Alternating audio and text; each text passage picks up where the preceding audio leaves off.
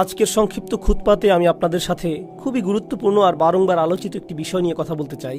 বিষয়টি আল্লাহর কিতাব আর নবী সাল্লাল্লাহু আলাইহি সাল্লামের সুন্নাতেও বারবার আলোচিত হয়েছে। সেই বিষয়টি হলো অনুশোচনা, ক্ষমা প্রার্থনা করা, আল্লাহর কাছে ফিরে যাওয়া। আরবি শব্দটি হলো তাওবা। কোরআনে বহু বহু স্থানে এর উল্লেখ আছে, কিন্তু আমি মূলত একটি স্বীকারোক্তি দিয়ে শুরু করতে চাই। সেটি হলো পৃথিবীর কোনো মানুষই কিন্তু তাওবার ঊর্ধ্বে নয়।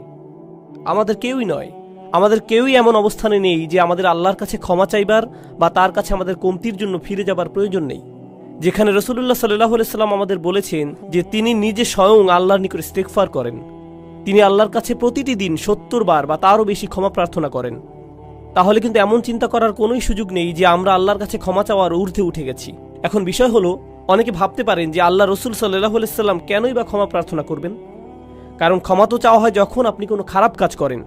কেনই বা তবে ইব্রাহিম আলাইহিস সালাম বলবেন ওয়াতুব আলাইনা? তিনি মাত্রই আল্লাহর ঘর নির্মাণ করলেন, আল্লাহ তাকে বিশ্ব মানবতার ইমাম ঘোষণা দিলেন, মূলত তাকে গ্র্যাজুয়েট করে দিলেন, আর তার দুয়াতে এলো ওয়াতুব আলাইনা, আমাদের তওবা কবুল করুন। কিসের জন্য তিনি তওবা করছেন? এটা কিন্তু খুবই গুরুত্বপূর্ণ প্রশ্ন। এটা আসলে স্বীকারোক্তি বড় বড় নবীদের আলাইহিমুসসালাতু ওয়াসসালাম, আমাদের নবী সাল্লাল্লাহু আলাইহি সাল্লাম সহ, যে আমাদের অনেক ভুল ত্রুটি আছে যেগুলো সম্পর্কে আমরা জানি যে কেবল ভুল করেছি, আর অনেক ভুলও আছে যেগুলো সম্পর্কে আমাদের কোনো জ্ঞানই নেই।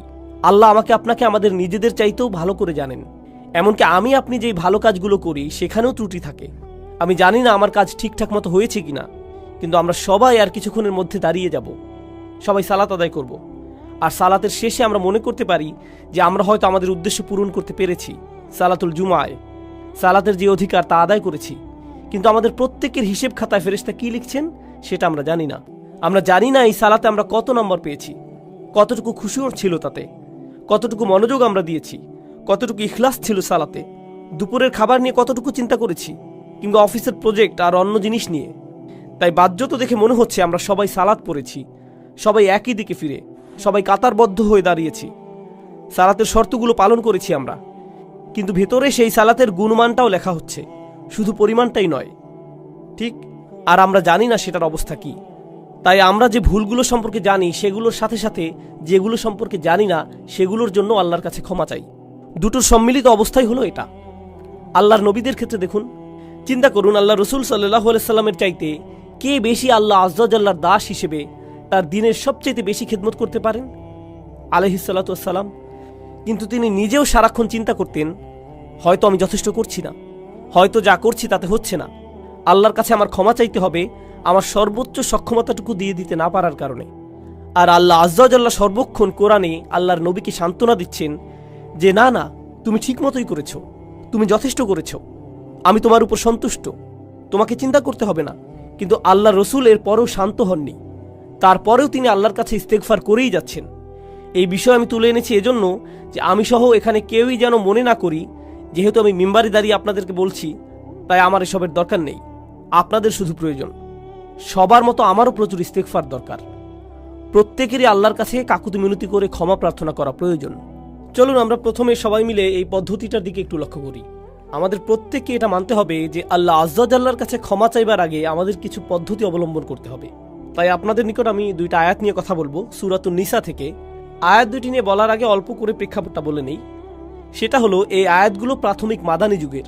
যখন নবী সাল্লাল্লাহু আলাইহি সাল্লাম মদিনাতে হিজরত করলেন, তখন নতুন মুসলিম সমাজের একদম শুরুর দিকে নাজিলকৃত আয়াতগুলো, যেগুলোতে সমাজের আইন কানুন বর্ণিত আছে, সেগুলো সবই ছিল মূলত সূরাতুন নিসাতে।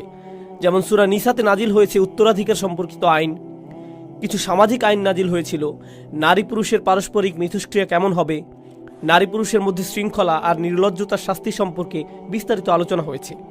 এই সব কিছু গুনাহ আর কিছু বড় পাপ যেমন জিনার আলোচনা করা হয়েছে। আর এর পরপরই তাওবার এই আয়াতগুলো এসেছে, আল্লাহর কাছে ক্ষমা চাইবার আয়াত। এর মানে হলো আল্লাহ আপনার কাছে কিছু জিনিস আশা করেন, যদি সেগুলো পূরণ করতে না পারেন তবে আপনাকে তাওবা করতে হবে। আমি সেই আয়াতগুলোতে ফিরে আসছি, কিন্তু তার আগে কয়েক মিনিটের জন্য অন্য পথে যেতে চাই। দেখুন, আমরা সবাই গুনাহগার, এর কোনো ব্যতিক্রম নেই। আমরা সবাই পাপ করি।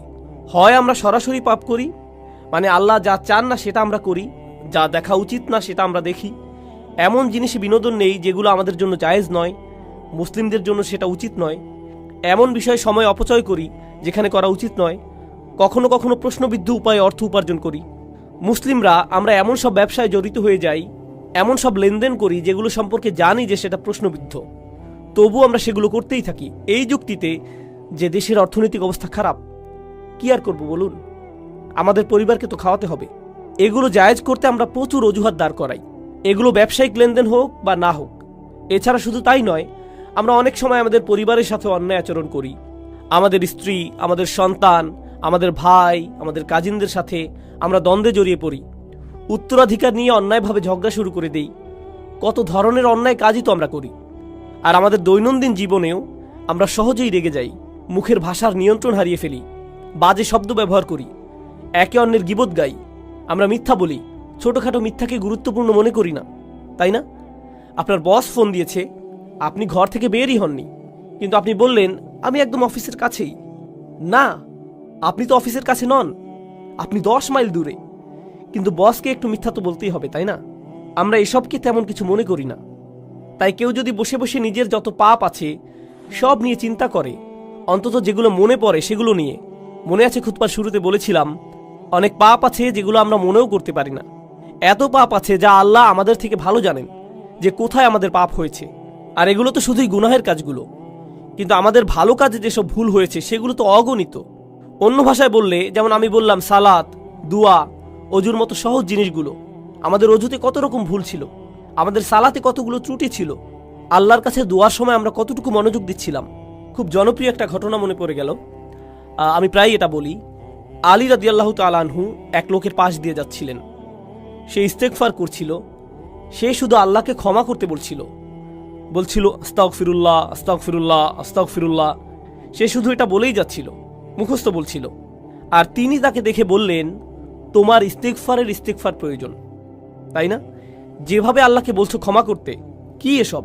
তুমি শুধু পাখির মতো উচ্চারণ করেই যাচ্ছ, এর অর্থ সম্পর্কেও তুমি জানো না। দেখে মনে হচ্ছে তুমি আসলে চাচ্ছও না, শুধু কসরতের মতো করছো। ইস্তেগফার তো এমন হবার কথা নয়, আন্তরিকভাবেই তোমার পাপের জন্য অনুশোচনা হবার কথা।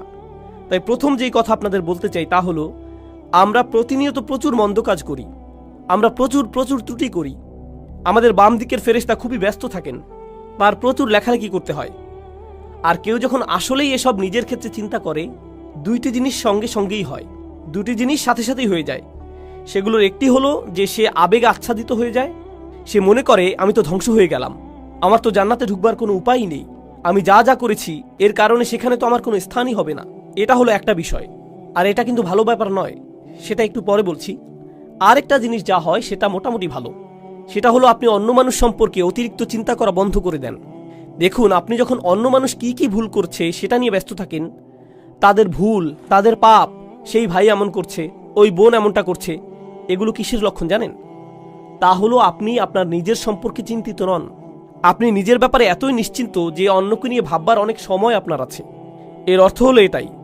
এর মানে হলো আমরা নিজেদের ভুল ত্রুটি, নিজেদের পাপ নিয়ে চিন্তিত নই, বরং অন্যদের ছোটখাটো ভুল নিয়ে চিন্তা করার প্রচুর সময় আমাদের হাতে, সেটাই এটার অর্থ। তাই আমরা যদি নিজেদের পাপ নিয়ে চিন্তা করি, তাহলে অন্যেরা কি কি করেছে সেটা নিয়ে এত না ভেবে নিজেদের অবস্থা সম্পর্কে বেশি দুশ্চিন্তা করতে পারবো। এখন আপনি যদি সত্যি সত্যি নিজের অবস্থা নিয়ে চিন্তাবোধ করেন আর ভয়ে আচ্ছন্ন হয়ে পড়েন যে আমার কোনো আশাই নেই, আমার জন্য কোনো ক্ষমাই নেই, তাহলে এই সময় আমাদের আল্লাহ আজ্জা জাল্লার হৃদায়তের প্রয়োজন। কারণ খুবই কষ্টকর আর দুঃখজনক অবস্থা এটা। দেখুন, সবচাইতে কষ্টকর আর সবচাইতে ক্ষতিকর মানসিক অবস্থা হলো একদম নিরাশ হয়ে যাওয়া। সবচাইতে ক্ষতিকর মানসিক অবস্থা এটা। এমনকি অমুসলিমরাও, তারা যখন একেবারে আশাহীন হয়ে যায়, তখন ড্রাগ ওভারডোজ করে, কেউ কেউ আত্মহত্যা করে, সব ধরনের অপরাধ করতে থাকে। যখন তারা নিরাশ হয়ে থাকে, নিজেদের নিয়ে আর কোনো আশাই বাকি থাকে না, তখন যা ইচ্ছা তাই করতে থাকে। যখন কেউ নিজের আত্মার একেবারে নিম্নতর অবস্থায় চলে যায়, তখন সেই মানুষের মনে আর কোনো প্রকার আশারই অস্তিত্ব থাকে না। কিন্তু আল্লাহ আজ্জা জাল্লা আমাদের আশাহীন করে রাখেননি। আল্লাহ রসুল সাল্লাল্লাহু আলাইহি সাল্লাম আমাদের অনেক আগেই বলে গিয়েছেন, কুল্লু বানি আদম খাত্তাউন, প্রত্যেক আদম সন্তান ভুল করে।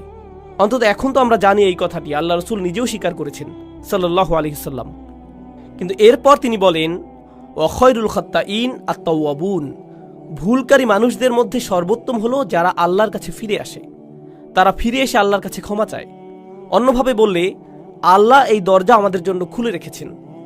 যত পাপই আমরা করি না কেন, আল্লাহ আমাদের পুরো আমলনামা মুছে পরিষ্কার করে দিতে রাজি আছেন, কিছু থাকবে না। যে কোনো সমাজে যদি কোনো অপরাধ করেন, সেটা আপনার পার্মানেন্ট রেকর্ডে চলে যাবে, সেটা আর মোছা যাবে না, সেটা আর সরানো যাবে না, সেটা ওখানেই থাকবে, আজীবন থাকবে, যেন কালো এক মেঘ আপনার উপর। যেসব মানুষ যে কারণেই হোক এসবের মধ্য দিয়ে গিয়েছেন, বের হবার পর তাদের চাকরি খুঁজতে খুব কষ্ট হয়েছে। কেউ তাদের ব্যাকগ্রাউন্ড চেক করলে আর চাকরি দেয় না, কারণ তাদের রেকর্ডে কিছু একটা আছে। আল্লাহ আজ্জা জাল্লাহ আপনার আমলনামা একেবারেই মুছে দেবেন, যদি আপনি আমি আন্তরিকভাবেই আল্লাহর দিকে ফিরে যেতে প্রস্তুত থাকি। যদি আসলেই আমরা চাই এমনটা, আমরা যদি সত্যি আন্তরিক হই, তবে আল্লাহ সুবহানাহু ওয়া তাআলা শুধু কথার কথা বলছেন না, তিনি আসলেই আন্তরিক এক অন্তর চান, যে তার দিকে ফিরে আসবে। এমন অন্তর যা তার নিজের কীর্তির ব্যাপারে সত্যিকার অর্থে লজ্জিত থাকবে। যদি আমরা এমন করতে পারি, তবে আল্লাহ একেবারে শুরু থেকেই শুরু করবেন আমাদের জন্য, একেবারেই ফ্রেশ স্টার্ট দেবেন।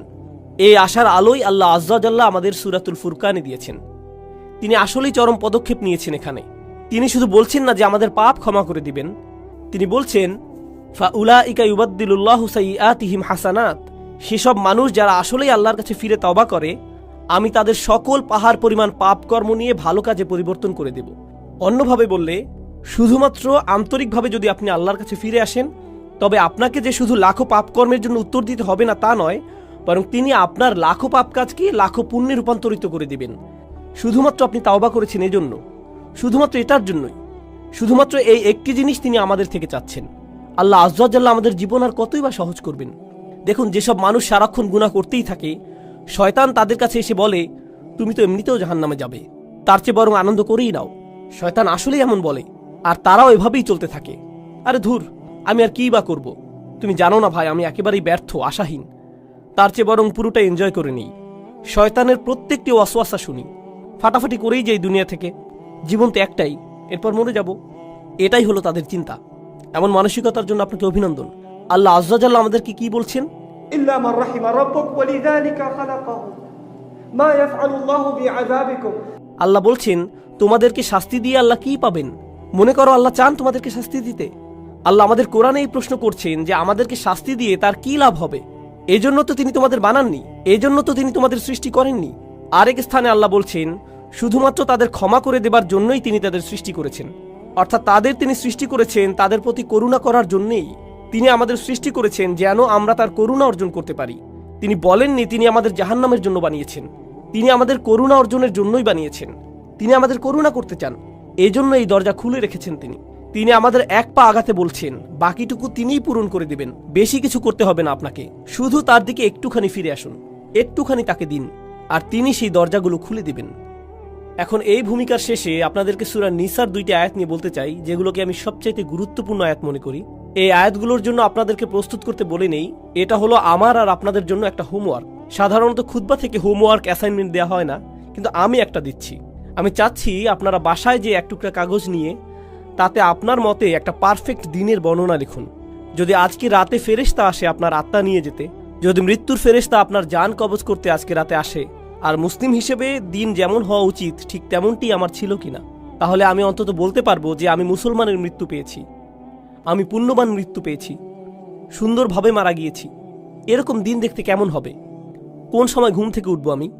আমার স্ত্রী সন্তানদেরকে কি বলবো? কোন সময়ে আর কোথায় নামাজ পড়বো আমি? হয়তো আমি অফিসেও যাব সেদিন, কিন্তু সেখানে আমার আচরণ কেমন হবে? সেক্রেটারির সাথে কিভাবে কথা বলবো? আমার চোখ কোথায় থাকবে? আমি কম্পিউটারে কি দেখব? আমার বসের সাথে কতটা সৎ থাকবো আমি যদি জানি সেই রাতেই ফেরেশতা আসবে, তবে সেই দিনটা কেমন যাবে? মুসলিম হিসেবে একটা পারফেক্ট দিন দেখতে কেমন হবে? এই দিনটি কিন্তু আপনার ক্ষমার বাইরে যাবার দরকার নেই। দিনটি হতে পারে যে কোনো সাধারণ দিন, আপনার যা করা উচিত তাই করছেন। এতে যেসব জিনিস থেকে দূরে থাকার কথা আপনি দূরেই থাকছেন, খুব একটা কঠিন না। কিন্তু আপনি যদি বিস্তারিত রুটিন করতে চান নিজের জন্য, আমরা সবাই এক এক রকম, আমিও ভিন্ন রকম, কিন্তু যদি নিজের একটা বিস্তারিত রুটিন বানান যেখানে পারফেক্ট একটি দিন কাটাবেন, আর সেই দিনের সবচাইতে গুরুত্বপূর্ণ অংশ হলো দিনটির খুঁটিগুলো। একটি বিল্ডিংকে যেভাবে খুঁটিগুলো ধরে রাখে ঠিক সেভাবে, তাই না? ঠিক তেমনি আমাদের দিনকে ধরে রাখে 5টি খুঁটি, 5টি সালাওয়াত, 5টি নামাজ। তো আপনার রুটিনের সেই অংশটি যেন ঠিক থাকে, খেয়াল রাখবেন এটা যেন থাকে। এর মাঝে কি করেন? এগুলোর মধ্যখানে কি করেন? ইন্নাস সালাতা কানাত আলাল মুমিনিনা কিতাবাম মাওকুতা। যেটা অর্জন করা সম্ভব সেটার প্রতি আমার আপনার কাজ করা উচিত। এটা আমি আপনি কিন্তু অর্জন করতে পারি। আমার দৈনন্দিন চিত্র এমনই হওয়া উচিত। কিন্তু কেন এমন হয় না দিনগুলো? কেন দেরিতে ঘুম থেকে উঠি আমি? সম্ভবত দেরিতে ঘুমাতে যাই। তাই কেন এত দেরিতে ঘুমাতে যাই? কারণ সম্ভবত মধ্যরাত পর্যন্ত আমি মুভি দেখি। সম্ভবত সেটা বন্ধ করে সময় মতো ঘুমাতে যাওয়া উচিত আমার। কেন দোয়া করার সময় আমার কখনো কান্না আসে না? সম্ভবত আমি অনেক দিন যাবৎ আল্লাহর ঘরে যাইনি, তার কাছে যাইনি। শুধুমাত্র সেখানে যাই জুমার সময়, তাও আবার যখন তা একেবারে শেষের দিকে, যেন আবার নিজের জীবনে ছুটে যেতে পারি। কেন প্রত্যেকবার সালাতে যখন সিজদায় যাই উঠে দাঁড়ানোর জন্য ছটফট করি?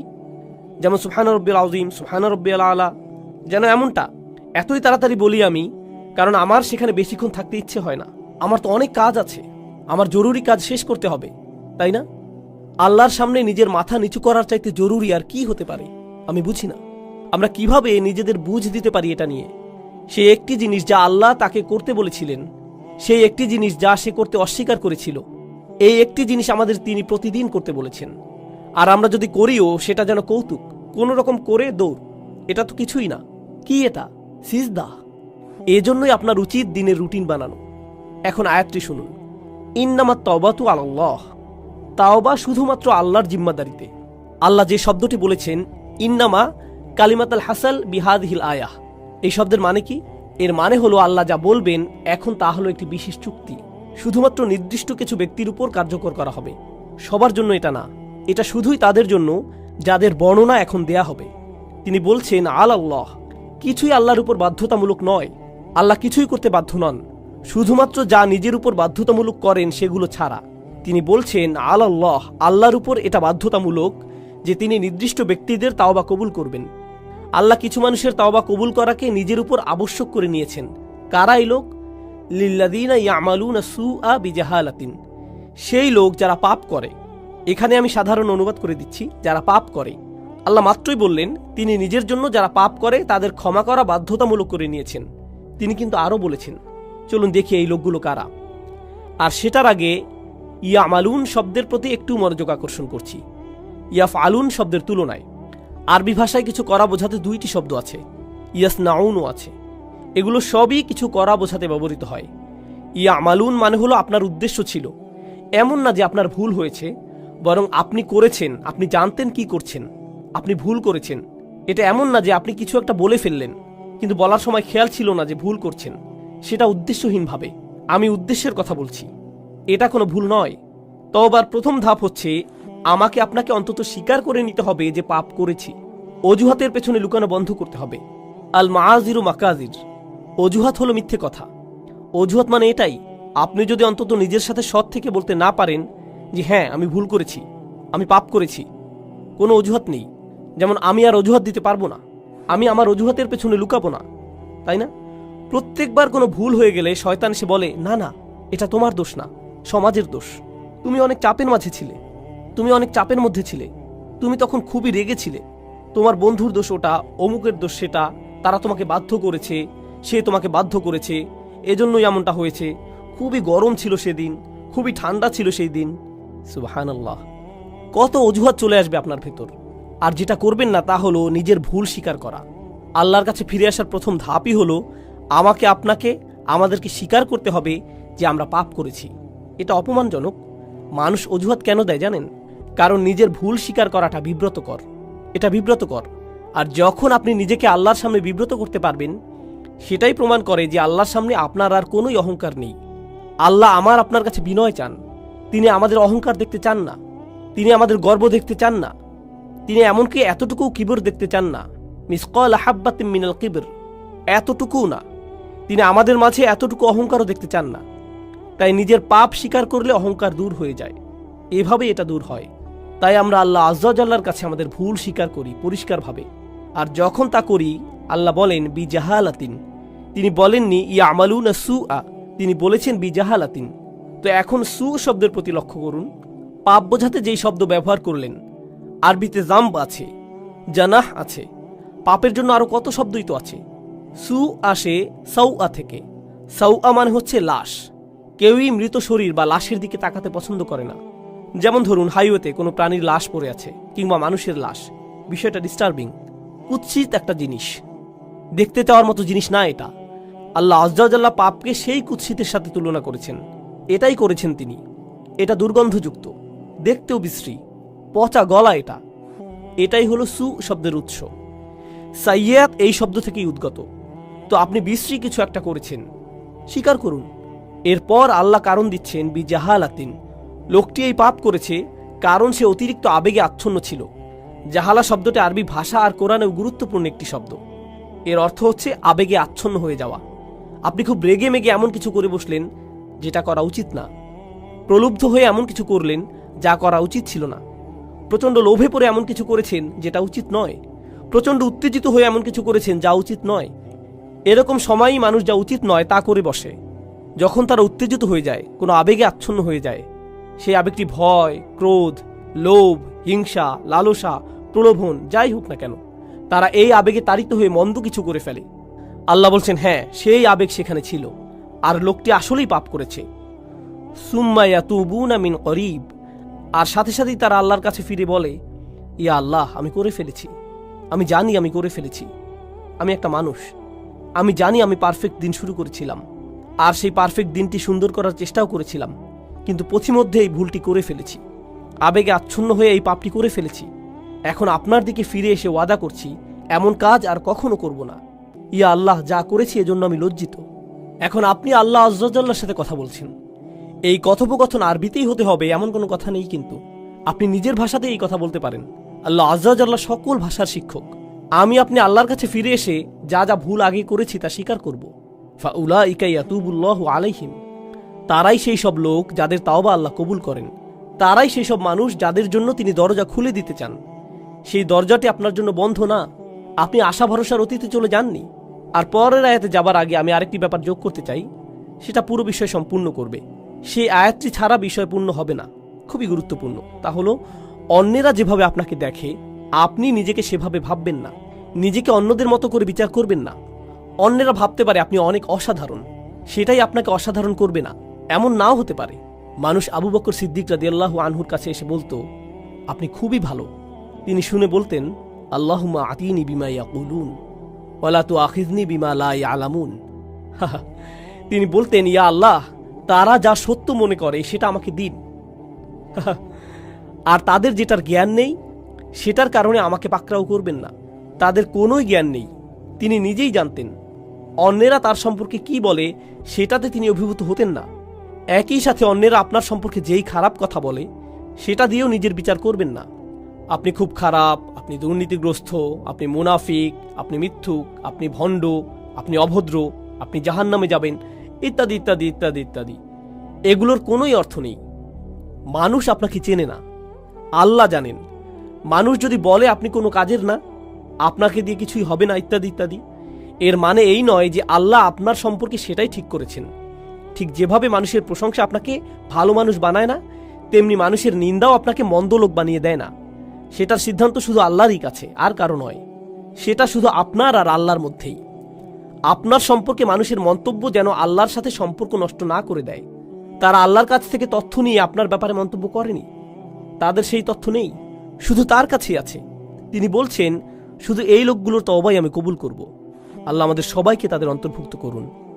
এর পরের আয়াতে বলছেন, এই লোকগুলো থেকে আমি তওবা কবুল করব না। পরিষ্কার করে বলছি, আমি চাই তোমরা তওবাকারীদের মধ্যে অন্তর্ভুক্ত হও। এই লোকগুলোকে আমি গ্রহণ করব, কিন্তু এদেরকে আমি গ্রহণ করব না। লাইসাতুত তাওবাতু লিল্লাযীনা ইয়ামালুনা সাইয়্যাত, যারা পাপ করতে থাকে একের পর এক একের পর এক। আগের আয়াতে শব্দটি ছিল সু, মুফরাদ, এক বচন। এখন আমরা পাচ্ছি সাইয়্যাত, বহু বচন।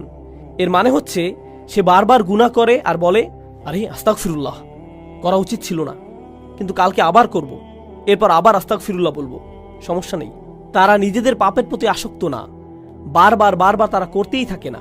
নিজেদের বলে না তাওবার দরজা তো খোলাই আছে, আমি আরেকটু মজা করে নিতে পারি। এটা আসলে হলো খ্রিস্টান মানসিকতা।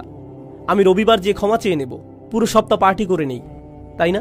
এরপর রবিবার আবার যে খাতা পরিষ্কার করে আসব। এভাবে আমাদের দিন চলে না। আল্লাহ নিশ্চিত করেছেন যেন আমরা তার দিন নিয়ে এভাবে খেলা না করি। তাই তিনি বলছেন, যেসব মানুষ বারবার গুনাহ করে, বারবার ফিরে যায়, এই চিন্তা করে যে ক্ষমা চাইবে আর সব ঠিক হয়ে যাবে, এমনটা গ্রহণযোগ্য নয়। এভাবে আল্লাহ আজ্জা জাল্লার সাথে খেলা করা যাবে না। ওয়ালাইসাতিত তাওবাতু লিল্লাযীনা ইয়ামালুনা আস-সাইয়্যাত হাত্তা ইযা হাদারা আহাদুহুমুল মাউত। অবশেষে তাদের কারো মৃত্যু চলে আসে। ক্বালা ইন্নী তুবতুল আন, আমি আসলেই তওবা করছি, এই শেষ, আর কখনো করব না। একবার আমি প্লেনে যাচ্ছিলাম, আর সাধারণত যখন প্লেনে চড়ি আমি ঘুমিয়ে যাই।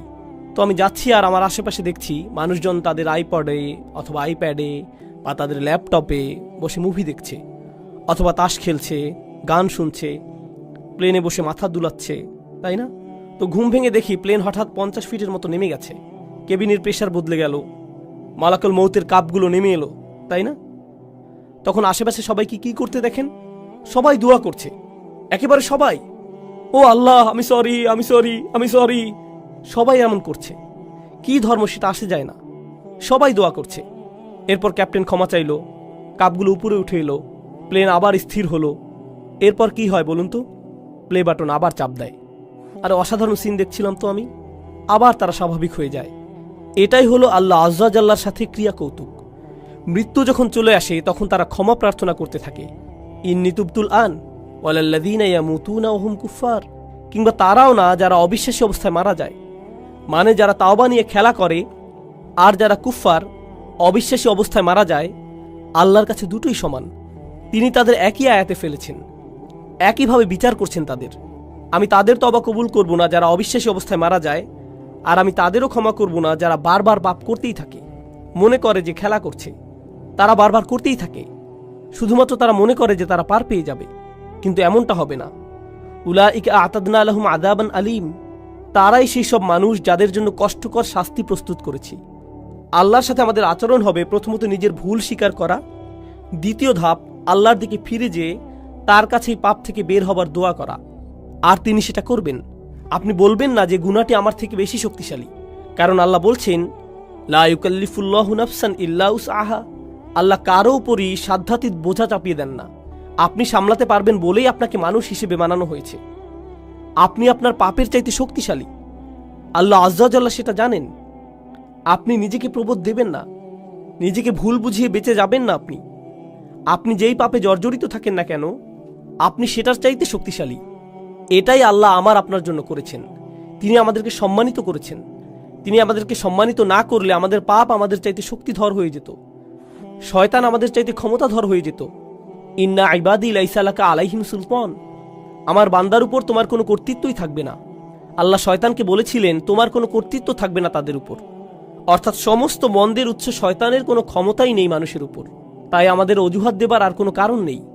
আপনি আপনার পাপ স্বীকার করুন, আমরা আল্লাহর দিকে ফিরে গিয়ে আমাদের ভুলকে মেনে নেই। এরপর আন্তরিকভাবে আল্লাহর কাছে ওয়াদা করুন যে এসব থেকে দূরে থাকবেন। আন্তরিকভাবে আল্লাহর কাছে ওয়াদা দিন এসব থেকে দূরে থাকবার। আপনার ক্ষমতায় যতটুকু আছে তা দিয়ে জীবন বদলে দেবার চেষ্টা করুন। সেই পাপ থেকে দূরে থাকুন, সেটা মন্দ বন্ধুদের থেকে আসুক, কিংবা কম্পিউটারের সাথে একা থাকার মাধ্যমে হোক, কিংবা অফিসের কলিগদের থেকে, যেখান থেকেই আসুক না কেন, আপনার জীবন থেকে সেসব বদলানোর চেষ্টা করুন। এটাই হলো তাওবা। সেটা অলসতার তাওবা হতে পারে। আপনি হয়তো ফজরের অনেক পরে উঠে কাজা পড়েন, আহা কাজাটা পরে নেই, তবে এটাই আপনার কাছে নর্মাল হয়ে গেছে, সিরিয়াসলি আর নেন না এটা। আপনি বলেন আমি চেষ্টা করেও পারি না। অবশ্যই পারেন। রাতে মুভি দেখা বন্ধ করে আল্লাহর সামনে দাঁড়ান, অজুহাত দেওয়া বন্ধ করুন, নিজেকে প্রবোধ দেওয়া বন্ধ করুন। আল্লাহ আয্যা জাল্লা এই জাতিকে তখনই উপরে তুলবেন যখন এই জাতি তওবার জাতি হবে, যখন আমরা আমাদের তওবা দ্বারা পরিশুদ্ধ হব। আল্লাহ আয্যা জাল্লা আমাদের সবাইকে তার ক্ষমা চাইবার ক্ষেত্রে আন্তরিকতা দান করুন। আল্লাহ আয্যা জাল্লা আমাদের তওবা গ্রহণ করুন, দিনে দিনে আরো ভালো মুসলিমে পরিণত করুন। আল্লাহ আয্যা জাল্লা যেন আমাদের শক্তিশালী সুন্দর মুসলিম পরিবার গড়ে তোলার সামর্থ্য দেন, যারা এই দ্বীনের সৌন্দর্য বিশ্বের সামনে তুলে ধরতে পারবে। বারাকাল্লাহু লি ওয়া লাকুম ফিল কুরআনিল হাকিম ওয়া নাফা'নি ওয়া ইয়্যাকুম বিল আয়াতি ওয়া যিকরিল হাকিম।